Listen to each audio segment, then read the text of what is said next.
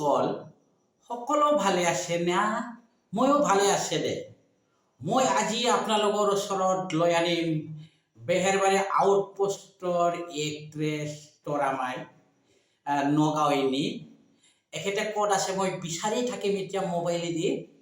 আপোনালোকে সেই টাইমতে মোৰ চেনেলটো ছাবস্ক্ৰাইব কৰক আৰু জাতি বংশ কুৰ্মা বাহাগী সবকে শ্বেয়াৰ কৰি দিয়ক দেই মই এতিয়া তৰামায়ক বিচাৰোঁ আপোনালোকে ৰখি থাকক সি কিমান ফিল্মত এক্টিং কৰিছে কিমান চিৰিয়েলত এক্টিং কৰিছে এইবিলাক মই হিচাপ নিকাচ কৰিম দেই ৰ'ব মই তাক বিচাৰোঁ মোবাইলত অ'কে এক্ট্ৰেছ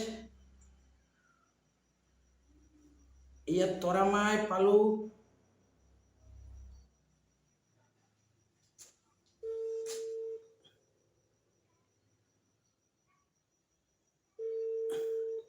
লাগা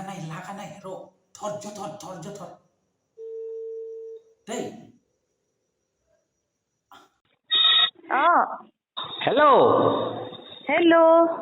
এইটো তৰামাই নগাঁৱনী তাত লাগছি না তৰামাই নগাঁৱতে লাগিছে নমস্কাৰ দেই নমস্কাৰ আপুনি বা কোনে ক'লে মই ফৈলাও বসুমতাৰী মোৰ এটা আৰ্টিষ্ট ইন্ট্ৰডাকশ্যন ইউটিউব চেনেল আছে মই তাৰ পৰা ফোন কৰিছোঁ আপোনাক আই বা ফৈলাও বসুমতাৰী তাৰমানে আমাৰ বসুদা আচ্ছা ঘটনা হ'ল কি মই আপোনাৰ এই কালচাৰ কেৰিয়াৰৰ বিষয়ে কেইটামান প্ৰশ্ন সুধিম সেইখিনি উত্তৰ দিব লগতে ৰাইজৰ কাৰণে আপোনাৰ জন্মস্থানটো একবাৰ কৈ দিয়কচোন মোৰ জন্মস্থান নগাঁও চহৰৰ পুৰণি গুদামৰ কাষৰী গাঁও আচ্ছা ঠিকে আছে আপোনাৰ জন্মটো বাৰু মনত আছে নেকি মোৰ জন্মটো মনত আছে কিন্তু জন্মটো ক'লে মানুহে ৰাইজে যদি বয়সটো গম পাই যায় এইটো নকবি নাই একো নাই বাৰু মোৰ জন্ম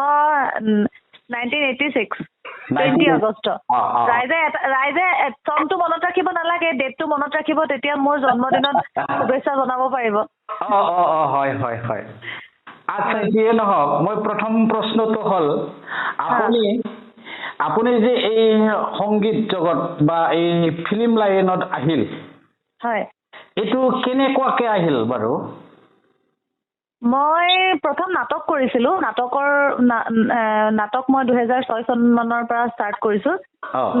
নাটকত অভিনয় কৰি পেলাই তেনেকে মই গুৱাহাটীত নাটক কেইবাখনো কৰিবলৈ সুবিধা পালোঁ তেনেকৈ চিৰিয়েলত অভিনয় কৰিবলৈ সুবিধা পালোঁ মানে আমাৰ নগাঁৱত মোৰ ঘৰ নগাঁৱত বুলি মই ক'লোৱেই নগাঁৱতে আমাৰ প্ৰথম এই ৰঙৰ কিবা চিৰিয়েলৰ ইয়াতে ইউনিট হৈছিলে তেতিয়া আমাৰ নাটকৰ গ্ৰুপৰ পৰা ল'ৰা ছোৱালী বিচাৰোতে এখন দুখন চিৰিয়েলত তেতিয়া নগাঁৱতে শ্বুটিং কৰিছিলোঁ তেনেকে ডাইৰেক্টৰ এখন চিৰিয়েলৰ ডাইৰেক্টৰে ৰঙতে প্ৰথম কৰিছিলোঁ এখন চিৰিয়েল মেগা চিৰিয়েল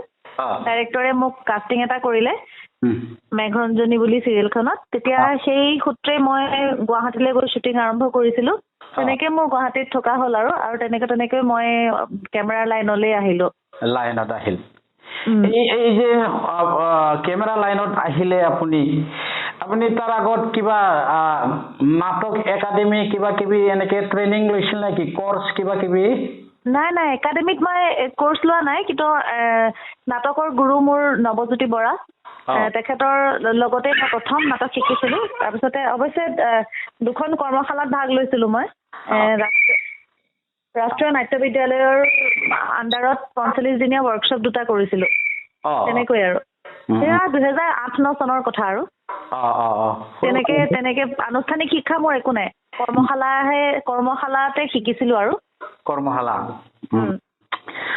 তাৰপিছত আপুনি প্ৰথমে গুৱাহাটীত কোন ডাইৰেক্টৰক পালে নাটকৰ নে চিনেমাৰ বা চিৰিয়েলৰ নাটকত দুয়োটাকে সুধিলোঁ বাৰু নাটকৰ মইতো এনেই নগাঁৱত মই মোৰ গুৰু ডাইৰেক্টৰ নৱজ্যোতি বৰা তাৰপিছতে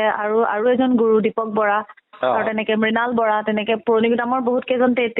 তিনিজনে বিশেষ আৰু তাৰ বাহিৰে তেনেকে গুৱাহাটীলৈ গৈ মই নাটকৰ ক্ষেত্ৰত কৰিছিলোঁ জ্যোতিনাৰায়ণ নাথ, অনুপ হাজৰিকা, পাকিজা বেগম, তাৰপিছত আৰু নৰেন পাটগিৰি ছাৰ, আৰু তেনেকে কেইবাজনো আছিলে আৰু তাৰ বাহিৰে কেমেৰাৰ লাইনত বুলি ক'লে মই প্ৰথম কাম কৰিছোঁ মনোজিত শৰ্মা, তেখেতৰ ডাইৰেকশ্যনত। হয়, তেখেতৰ ডাইৰেকশ্যনত কৰিছিলোঁ মেঘৰঞ্জনী। তাৰপিছতে তাৰ আগত কৰিছিলোঁ মলয় পৱন বৰা, তাৰপিছত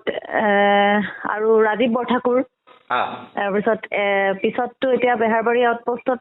সকলোৱে গমেই পায় আৰু আমাৰ মনোজ শইকীয়া আৰু ৰাজেশ দাটো আছে। ৰাজেশ দাৰ আণ্ডাৰত মই নাটক কৰিছিলোঁ। সেইটোৱে কৈ দিওঁ, ৰাজেশ ভূঞাৰ আণ্ডাৰত, ৰাজেশ ভূঞাৰ ডাইৰেকশ্যনত মই নাটক কৰিছিলোঁ। তেতিয়াই তেখেতে মোক তাৰ পিছতে বেহাৰবাৰীত অভিনয় কৰিবলৈ সুযোগ দিছিলে। ধুনীয়া। আচ্ছা, ইয়াতে জুবিন গাৰ্গৰ কিবা অভিনয়া আছিল নহয়, ইয়াতে কিবা অলপ লিংক থকা বুলি শুনিছিলোঁ। হয়। অভিনয়া মানে 2023 চনত যেতিয়া অভিনয়া ইনষ্টিটিউটটো আমাৰ মানে এক্টিঙৰ ইনষ্টিটিউট এটা ষ্টাৰ্ট কৰিছিলে জুবিন দা গৰিমাবাহঁতে, তেতিয়া তাতে মোৰ স্বামী সঞ্জীৱ বুঢ়াগোহাঁই তেওঁলোকে ফেকাল্টি হিচাপে মাতিছিলে। সেই সূত্ৰে ময়ো তেওঁলোকৰ লগত চিনাকি হৈছিলোঁ। সৰু ল'ৰা ছোৱালীক কেতিয়াবা ময়ো নাটক শিকাবলৈ গৈছিলোঁ। তেনেকে তেওঁলোকৰ লগত জড়িত হৈছিলোঁ। পিছলৈ যেতিয়া ডাঙৰৰ নাটক কৰিছিলে, আমি তেতিয়া নাটকো কৰিছিলোঁ। মানে সৰু ল'ৰা ছোৱালীক কেতিয়াবা শিকোৱা ক্ষেত্ৰত ফেকাল্টি হৈ যাওঁ আৰু ডাঙৰে নাটক কৰাৰ সময়ত এক্টৰ হৈ যাওঁ। তেনেকে মানে অভিনয়ৰ লগত জড়িত হৈ আছো আৰু এতিয়াও হৈয়ে আছো বাৰু। এতিয়াও আছে। বেহেৰবাৰীত প্ৰথম এন্ট্ৰিটো কাৰ লগত এক্টিং কৰিছিলি? প্ৰথম এক্টিঙত যেনিবা মোৰ মনত আছে, প্ৰথম এন্ট্ৰিত কাৰ সৈতে তই এক্টিং কৰিছিলি? প্ৰথম মোৰ একজেক্টলি মনত নাই। সেইদিনাখন শ্বুটিং মানে হেৰিৰ এপিছডৰ শ্বুটিং হৈ আছিলে দেই, যেতিয়া মই প্ৰথম গৈছিলোঁ। মোৰ প্ৰথম এপিছডটো 2017 চনত শিৱৰাত্ৰি এপিছড আছিলে, আৰু সেইটো এপিছডত প্ৰথম কেকেদাক লগ পাইছিলোঁ, তাৰপিছতে মোহনক লগ পাইছিলোঁ, আৰু সকলোৰে লগত মোৰ চিন নাছিলে, কিন্তু মই কেকেদাক লগ পোৱাটো মনত আছে, প্ৰীতম দাক লগ পোৱাটো মনত আছে, প্ৰীতম ছাৰক। সেয়াই আৰু তেতিয়া মই অকমানি মানে বাচ্ছা এটা বুকুতে লৈ পেলাই এন্ট্ৰি কৰিছিলোঁ। মই বাৰু নাছিলো সিদিনা। আপুনি বাৰু নাছিলে, মাজতে লগ পালো। এতিয়া মোটামুটি কেই বছৰ হ'ল? মোটামুটি ক'বলৈ গ'লে 2017 চনৰ পৰা 17, 18, 19, 20, 21, এতিয়া 21 আৰু 22 বুলি এতিয়াতো 5 বছৰে সোমালে। কিন্তু তাৰ মাজতে আকৌ মই মোৰ ছোৱালী এজনী আছে 3.5 বছৰীয়া। সেই ছোৱালীজনীৰ যেতিয়া মানে মই কনচিভ কৰিছিলোঁ, প্ৰেগনেণ্ট আছিলোঁ, তেতিয়া মই 1 বছৰ 1.5 বছৰ মানৰ এটা গেপ লৈছিলোঁ। তাৰমানে চিৰিয়েলখনতো কৈছে তৰামাই মেটাৰনিটি লিভত গৈছে বুলি। আচলতে মই সঁচাকে মেটাৰনিটি লিভ লৈছিলোঁ চিৰিয়েলখনৰ পৰা। এনেই ক'বলৈ গ'লে 5 বছৰ সোমাইছে, কিন্তু তাৰ মাজত আকৌ মই এনেই ধৰক 3.5 বছৰ 4 বছৰমান মই কাম কৰিছোঁ। মোৰ 7 বছৰ হ'ল বাৰু। বাপৰে, আপোনাকতো প্ৰথমৰ পৰাই দেখিছোঁ, কিন্তু মাজতে ভুটুককে গুচি যায়। সেইটো কিন্তু অডিয়েন্সেও সুধি থাকে দেই আপোনাক। ফাইলৰ বস্তুমতে পটককে নাইকিয়া হৈ যায়, আকৌ আহি যায় দেখোন। মই মানে বেলেগ সোৱাদ ল'বা পুতুককে গুচি যায়। আপুনি থাকিলে তৰা বস্তুৰ জুতিটো ৰাইজে ভাল পায় কিজানি। সেইটো এনে ফেচবুক আৰু ইউটিউব, ইনষ্টাগ্ৰাম এইবিলাকতো গম পায় জুতিটো ভাল পায় বুলি। আৰু আমাৰ বড়ো লিডাৰ বিলাকেও কয় আপুনি থাকিলে ভাল লাগে। আমাৰ যি বড়োসকল বড়ো কাষ্টৰ অডিয়েন্স বিলাকে আগতে চোৱা নাছিলতো ইমান চিৰিয়েল। মই সোমাৰ পিছত অলপ চলপ চোৱা হৈছে। তাতে তৰামাইৰ লগৰ কাজিয়াটো বিৰাট ভাল লাগে সেনেকে কয় বড়ো। ময়ো শুনিছো মাজতে গোৱালপাৰা ফালে গৈছিলো, তেতিয়া তাৰ ট্ৰাইবেল মানুহখিনিয়ে বহুতে সুধিছে আমাৰ বসুমতাৰী দা নাই নেকি আপোনাৰ লগত যুদ্ধখন ভাল লাগে বোলে। এতিয়াতো মই শুনিলো সিদিনা মানে এই 2-এটা এপিছডত তুমি ধুনীয়াকে গীত পৰিবেশন কৰে। এই গীতৰো ক্লাছ লৈছিল নেকি? এই গীতৰ নাই তেনে আনুষ্ঠানিক শিক্ষা মোৰ এটাও নাই আচলতে কিন্তু সেই সকলোবিলাক ৱৰ্কশ্বপ কৰাহে আছিলে আচলতে হিন্দুস্তানী ভকেলত মই কৰিছিলো কিন্তু মানে মোৰ সম্পূৰ্ণ নহলগে আনুষ্ঠানিক শিক্ষা ভাবিছো আকৌ কমপ্লিট কৰো বুলি তাৰ মাতৰ চাৰ্টিফিকেটটো মই দিছো অন্তৰৰ পৰা মাতৰ ধন্যবাদ গান গাওয়াৰ দুই এটা নিয়ম আছে সেইখিনি নিয়মটো তাৰমানে তোমাৰ তাত আছে জানে তাৰমানে যেনেকুৱা স্কেল বুলি এটা শব্দ আছে মেইনলি স্কেল হয় হয় স্কেলটো হাৰমনিয়াম মই প্ৰেকে বজাই দিয়াৰ পিছত তুমি ভইচটো এৰি দিলা হয় কিছুমানে বেলেগ স্কেলত এৰি দিয়ে ভইচটো তুমি কিন্তু ডাইৰেক্ট এই স্কেলৰ যি সাউন্ড আহে হাৰমনিয়াম বা কিবোৰ্ড এই সাউন্ডত ডাইৰেক্ট সোমাই যায় এইটো জ্ঞানটো আছে সেইকাৰণে আৰু তালমানটো আছে সেইকাৰণে গানতো ইন্টাৰেষ্ট দিলে অলপ ভাল হ'ব ন তাকে ভাবিছো অকমান এইফালো মানে আচলতে প্ৰথম পৰিচয় মোৰ প্ৰথম পৰিচয় সিংগাৰ হিচাপে আছিলে তাৰ মানে মই প্ৰথম যেতিয়া নাটক কৰিবলৈ সোমাইছো তাৰ আগতে মই গানেই গাইছিলো গানৰ আৰু গানত মানে মই প্ৰথম নাটকত 3 বছৰমান বেকগ্ৰাউণ্ডৰ মিউজিকে কৰিছিলো বেকগ্ৰাউণ্ড সিংগাৰ আছিলো বাপৰে সেই তেনেকে আচলতে প্ৰথম সিংগাৰ হিচাপেহে সোমাইছিলো পিছত অভিনয়ৰ প্ৰতি বেছি নিচা বাঢ়িলে সেইকাৰণে কিন্তু তথাপিও গান মানে সংগীতটো মোৰ প্ৰথম ভাল পোৱা বস্তু আৰু আছে কিন্তু জ্ঞানটো আছে বাৰু এইটো সেইকাৰণে মই কৈছো কি আকৌ ধৰি দিলে চেষ্টা কৰিম দুই সাইড মানে পেছত কেতিয়াবা দৰকাৰ হৈ যায় হয় চেষ্টা কৰিম একেৰাহে 30 মিনিট বকি থকাটো সহজ নহয় হয় কিন্তু তাৰ মাজে গান দুই এটা গালে ৰাইজেও অকমান বেলেগ আমোদ পায় ন আমোদ পায় এই কাৰণে হয় যেনেকে আমি কত কৰিছিলো দুটাই এটা প্ৰগ্ৰাম এইফালে আমি জাগিৰোডৰ ফালে কৰিছিলো ট্ৰাইবেল সংঘৰ কিবা কনফাৰেন্স আছিল হয় জেলি না কি মাকি এইটো জৰা নেলিত কৰিছিলো এইটো ৰাইজে বহুত ভাল পাইছে দেই ভাল পাইছে তোমাৰ গানটো সহযোগ কৰিছে ৰাইজে নাচিছে মোৰ গানতো নাচিছে ঠিক তেনেকুৱা আৰু মানে টাইম বিলাক মেনেজ হৈ যায় হয় আৰু ৰাইজে বিচাৰিলে চেষ্টা কৰিম নাই এতিয়াতো বিহু আহিল না গতিকে লাহে অলপ কৰিব লাগিব আচ্ছা এতিয়া মই প্ৰাইভেট কথা অলপ ইণ্টাৰেষ্টিং কথাত আহিম সংগীতটো বাৰু আমি গমেই পালো ৰাইজে গম পায় সঞ্জীৱক ক'ত লগ পালি প্ৰথম সঞ্জীৱক লগ পালো এনেকে নাটকৰ কৰ্মশালা কৰিবলৈ যাওঁতে কলিয়াবৰৰ হাটবৰত 2008 চনত এনেকে সঞ্জীৱ অভিনয় কৰে এতিয়া বাৰু অভিনয়ৰ এতিয়া মানে শিক্ষা দিয়ে তেওঁ জাগিৰোড কলেজৰ অভিনয়ৰ মানে প্ৰবক্তা তেনেকে আৰু তেওঁ এক্টৰ ময়ো এক্টৰ দুইফালৰ পৰা তেওঁ গোলাঘাটৰ পৰা আহি কলিয়াবৰত লগ হ'ল মই নগাঁৱৰ পৰা গৈ কলিয়াবৰত লগ হলো তেনেকে লগ পালো আৰু তাৰপিছৰ পৰা চলি আছে আৰু লগতে এতিয়ালৈকে প্ৰস্তাৱটো সঞ্জীৱৰ পৰা আহিল না তোৰ পৰা গেল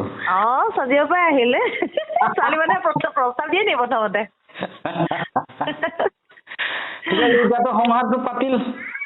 সংসাৰ পাতিলো ছোৱালী এজনী আছে 3.5 বছৰীয়া ছোৱালী এটা আহিল লক্ষী এটা হয় ভৱিষ্যতে কি ভাবি আছা ভৱিষ্যতে অভিনয় আৰু আপুনি যেনেকে ক'লে সংগীত আৰু অভিনয়ৰ ক্ষেত্ৰতে নিজকে আগবঢ়াবলৈ চেষ্টা কৰিম যিমানখিনি পাৰো ৰাইজে যাতে সদায় ভাল পাই থাকে তেনেকে কাম কৰিবলৈ চাম বঢ়িয়া সঞ্জীৱটো চাকৰি পাইছে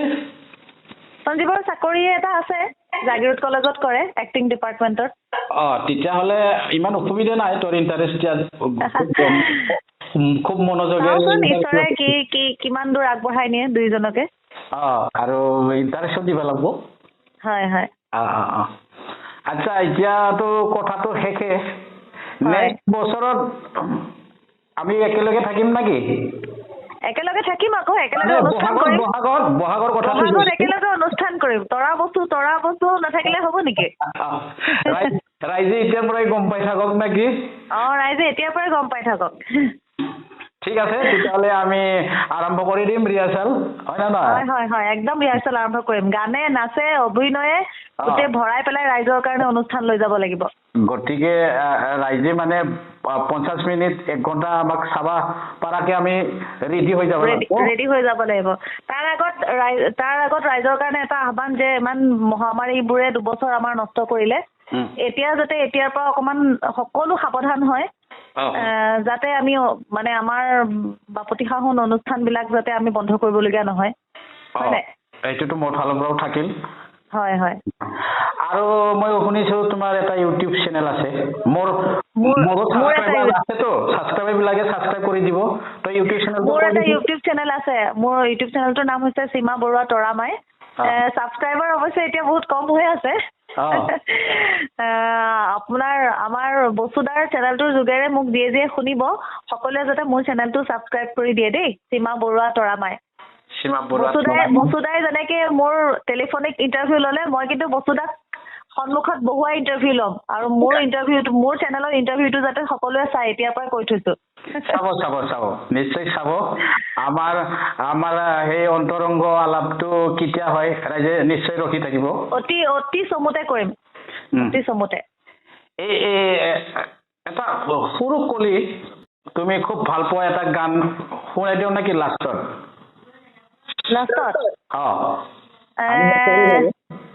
হেৰি মই আমাৰ সদ্যহতে ৰাইজে এতিয়া দেখিবই বাৰু আমাৰ এটা অনুষ্ঠান হৈছিলে ৰেঙনিত ভোগালীৰ ভোগ বুলি তাতে আমি অৰ্কেষ্ট্ৰা অনুষ্ঠান এটা কৰিছিলো বাদ্যযন্ত্ৰ অনুষ্ঠান এটা তাতে মই সৰুকে ঘোষা দুফাকি গাইছিলো তাকে গাই দিও নেকি বঢ়িয়া দে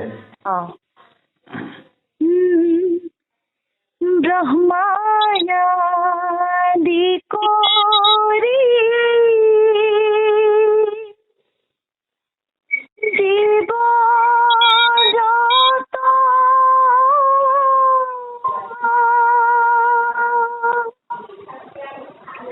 ৰাম ৰাম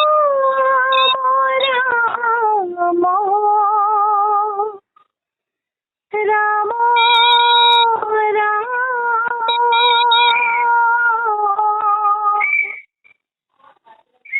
মায়া সজমা যে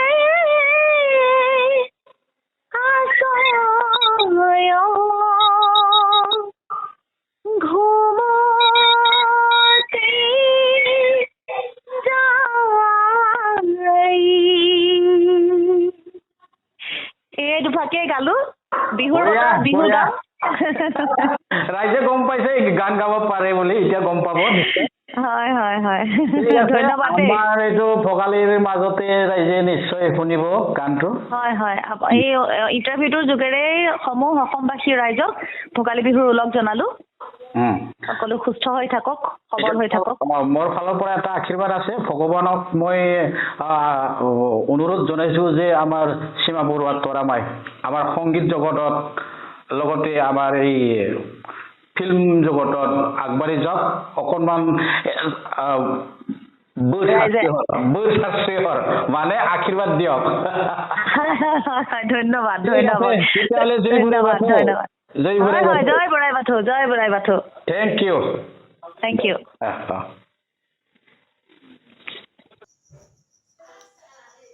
তৰামাই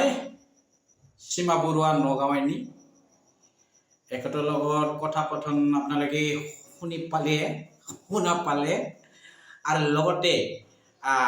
নেক্সট দেওবাৰে আকৌ বেলেগ এটা আৰ্টিষ্ট আনিম অসমৰ বিখ্যাত কমেডিয়ান মই এতিয়া নামটো নকওঁ আপোনালোকে যদি আপোনালোকে চাই থাকিব মন যায় তেতিয়াহ'লে মোক অলপ হেল্প কৰক এই হেল্পটো হ'ল আপোনালোকে মোক ডাইৰেক্ট পইচা দিব নালাগে আপোনালোকে মোৰ চেনেলটো ছাবস্ক্ৰাইব কৰক জাতি বংশ কুৰ্মা বাহাগী চবকে শ্বেয়াৰ কৰি দিয়ক তেতিয়াহে মই কামটো কৰি থাকিব পাৰিম